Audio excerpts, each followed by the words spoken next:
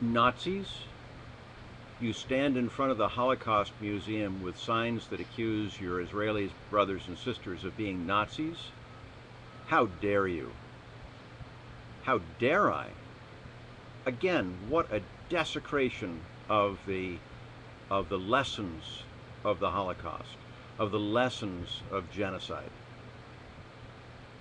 When I started this work in DC trying to stop the genocide in Darfur about 8 years ago, my first stop was to the Holocaust Museum.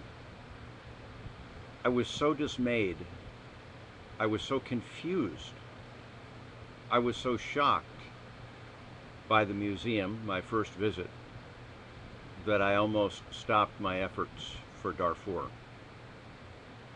Why this disappointment? Well, the Darfur genocide was raging, and there was a little area tucked away in the museum about that genocide. But it was all about remembering. Remembering for what? Remembering so that we do something. The genocide, but in that visit, there were two redeeming things, both of which happened in their little bookstore, the one upstairs. I came across two books that were incredible books. One, Ava Fogelman's Courage and Conscience, on the non-Jewish rescuers of Jews during the Holocaust. The other was the definitive work on genocides that have occurred in the last 100 years, A Problem from Hell by Harvard's Samantha Power. The central finding of her exhaustive research of the question, how could the world's people sit by and let genocides occur?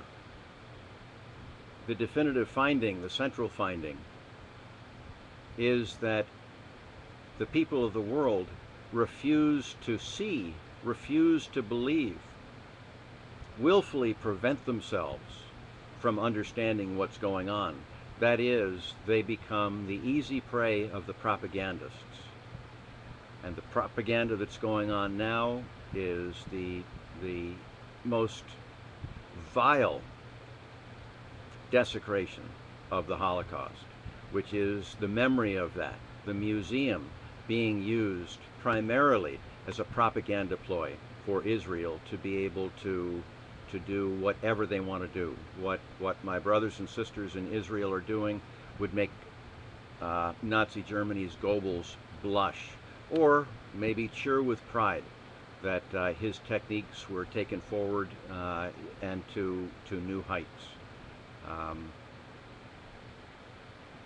The truth is that as I sit in front of the White House 8 hours a day, and children and adults come from all over the world, all over the country, Canada, and we dialogue at the vigil, the Jewish children, my Jewish children, after weeks and weeks and weeks of listening to them, listening to them as the issue of Israel came up, I found that in every fiber of me, all I could understand was these children have been trained to be Nazi youth. They're icily cold-hearted, they're extremely well-trained, extremely educated, basically Albert Einstein's worry. He said the most dangerous human being is that whose intellect is highly trained and whose heart is dead. Nazi youth. They were extremely well trained, extremely disciplined, with hearts of ice. So, am I denigrating my Israeli children? Quite the opposite. I'm outraged at their parents. I'm outraged at the dehumanizing that's being done to them. But my central point here is I couldn't escape that these are Nazi youth. That's a description. That's not a pejorative. That's not a slander. That's a clinical diagnosis. Disagree with it on that basis if you like, but that's my clinical diagnosis. I would be delighted to escape using the term Nazi except not really, because it is what today's Israelis have become, the exception proving the rule.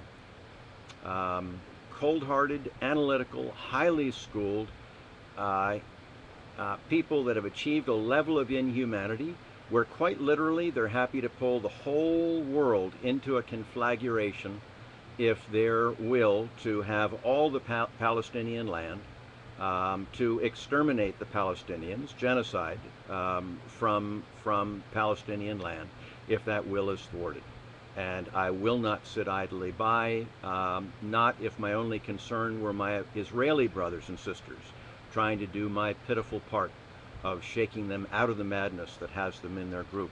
But certainly, I owe it to my Palestinian brothers and sisters, I owe it to my We the Sheeple American brothers and sisters, and I owe it to the memory of the Holocaust and my family of Jews who were exterminated in the Holocaust.